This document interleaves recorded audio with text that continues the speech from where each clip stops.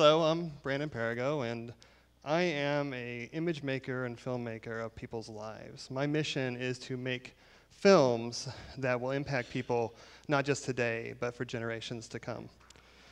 A few years ago, I decided to try to find out where I came from. I grew up disconnected from my family ancestry. Sorry about the cards. I didn't ask, and I wasn't told much about them. And when I decided to have a child, my daughter was coming along, I thought it would be good for her to know what I didn't know. So I went really in-depth into research. Because I felt a connection to her that I had never felt before.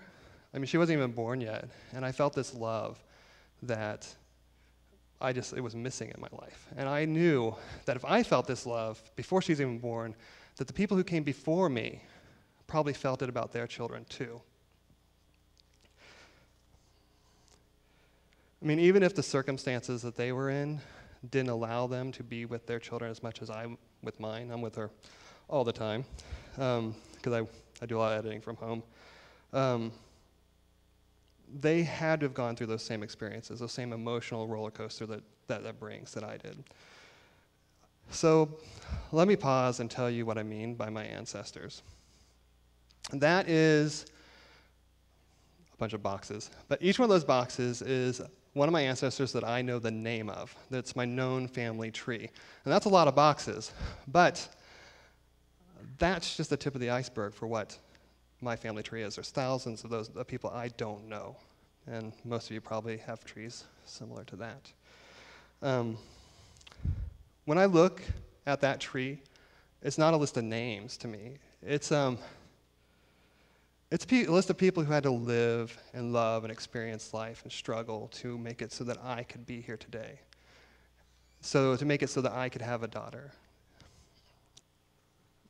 When I first thought of that, it kind of makes me sad, to be honest. I know almost nothing about them. I mean, I know their names. I've done countless hours of research in libraries and in courthouses and online. But all I really know about them, all I really have of them is that, files on my computer. I mean, some of them are military records, some of them are images, some of them are birth certificates. You know, I have stuff. But I don't know them like I know people in movies. I mean, I really want to know them better than I know that guy. And I want to know them better than I know that guy or them. You know, I can tell you, I mean, seriously, I know more people in movies and televisions than I know the names of the people who came before me. And that's incredibly sad. I can tell you the story arcs of tons of characters in Mad Men and Gone with the Wind. I can tell you their whole story arc, but I can't tell you those same facts about the people who came before me. The information's simply not there. Despite, I mean, people always want to pass information on. They always want you to know that, and we always kind of want to know that. But they didn't really have the possibilities that we have to pass them forward. And I discovered this because 2.5 years ago, I started a blog. My daughter was 9 months old, and I was taking pictures of her like crazy, because everybody takes pictures like crazy of their children. It's like, I don't know, it's what we do. And I needed a place to share them to people, share them online so families can see it. So I was like, hey, why not start a blog? I titled it Every Day with Simone, and I started putting a picture on there of her every single day. And that's her. That was 4 months after I started the blog. And then that's her yesterday. Those are two images of 10,802 that are on the blog as of yesterday. Kind of obsessive, I would say, but that's just the tip of the iceberg. I have terabytes and terabytes of data about my daughter. If I want to know anything about her in the last 2.5 years, I can just dig back into my archive of videos and stories and photos, and I can just tell you. I can tell you her speech pattern development. I can tell you that her personality was there from day one. I mean, she's pretty much the same girl she is now than she was 3 years ago. And what's amazing, back to Ancestry, is that her grandchildren, provided I don't lose that information, her grandchildren will be able to look back and know those exact same things. just by watching it, just by paying attention to her. And just recently, actually, while working on this speech, I realized that it's not a blog about Simone. It's a blog about my family. In there's everything about my family for 2.5 years. That's why you can't go there. It's private. And it's a journal that I created on accident. I didn't set out to write a journal about my life, so it's my accidental journal. And it made me think, what made it possible for me to accidentally journal my life? And that's motivation and technology. And I had the motivation, taking pictures of my daughter, and I had the technology. I don't think that 10, 20 years ago, 30 years ago, people had the technology to really accidentally create a journal. It was possible, but it took a lot more work. Pictures, Photoshop, album, all that. And being a professional, I have access to a lot of good tools to make images. But I think the most important one today is that one. Every one of you probably has a phone that takes pictures in your pocket right now. And a lot of you use that camera just like I do to take pictures of your families and friends and document life, and that's good. But you also use that camera to do a lot of things that you might not think are as important. Like you could be in a store and take a picture of a dress to send to a friend to get their opinion on it. It's just a picture of a dress. And what researching my family history has told me, and watching my pictures of Simone has taught me, is that no image is not important. They all are important. That was a double negative. They're all important. Each image or story or video that you create, even though it might not seem important now, as time moves on, it becomes more important. It gains weight. I'll give you 2 quick examples. The dress. You go to the store, don't know if you like it, take a picture, email it to a friend. Friend says, don't buy it. Picture gets archived somewhere on your phone, on Google Plus or whatever. And just say that it exists for 2 more generations down the road, your grandchildren find it. It wasn't really that important to you. It was a choice.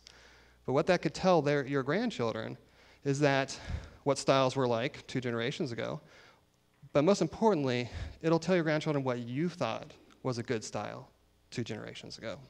So in the historical record, that photo gained a lot of weight. And it became very, very important to somebody who wants to learn about you after you're gone. Another one is kind of more dramatic. I had a client come in, and she really loved my style of how I shoot. And she was afraid that I would shoot her feet. I was like, okay, people don't like feet, but why would she say that? Why would she just go ahead and say that? And she explained she was a ballerina, and she danced toe since she was little. And immediately I was like, well, now I'm going to take pictures of your feet. Because if you know anything about ballet, when you dance toe, you just kind of ruin your feet. And to me, that was very important for the exact same reason the dress picture is important. Because her grandchildren will go, why are grandma's feet so torn up in this picture? And then her mother, or their mother, or her will have to explain to them, well, I danced ballet my whole life. And it's a reminder. It's a telling tale of who you are, who she was. It's important. It's more important than what she thought it was at the time. So Bill Moyer once said, while talking to Joseph Campbell, he's kind of paraphrasing Joseph here because he's trying to get Joseph to open up. Myths are the stories of our search through the ages for meaning and for significance. And I completely agree. To me, the stories I watch, movies, television, books, they're the mythology that inform my life through truth, meaning, and significance. When I don't know what to do, I think of a character in a movie. Like, what would somebody do, It's also true that sometimes I look to my family stories, because I do have some, for meaning, but it's hard to really rely on them because they're word of mouth, and honestly, some of the ones that I've been told are not that true. So it's hard to really take them valid. It's easier to take the validity of a made-up story that's been crafted for me. And what this points out to me is that I have a fear that the oral connection that we have to our family has been decaying. In not most, but in my family at least, and I know there's other families like me, that we no longer have a family mythology, a set of family stories to teach us truth, meaning, and significance. For me, that void, of course, is filled by movies and television. I believe that camera in your pocket could be the beginning of something new. That capturing images every day for whatever reason, doesn't matter what they are, because obviously they have meaning, can start building an accidental journal for everybody. It's just an accidental journal we all are creating every day. It'll be filled with images that grow with time and have weight, and will allow your descendants, our descendants, to look back and not have to guess. Just like I don't have to guess about Simone. They don't have to guess about what you were like, what we were like as a people. I want them, my hope beyond hopes is that when our ancestors look back at our accidental journals, they feel a connection to it deeper than I feel to the characters in movies. That some part of that connection, some part of my connection to the world that I feel now that I've become a father, will pass on to them through those images. If that happens, maybe they'll take a step back and they'll think about those accidental journals and they'll realize that those characters, which are us, are more important than the ones that are fabricated for us because we're part of them. So when they're struggling with their hopes and their dreams, it's not just something, it's their own genetic bloodline or the people who raised them that they can look back on and find our struggles. And hopefully it builds a connection to them.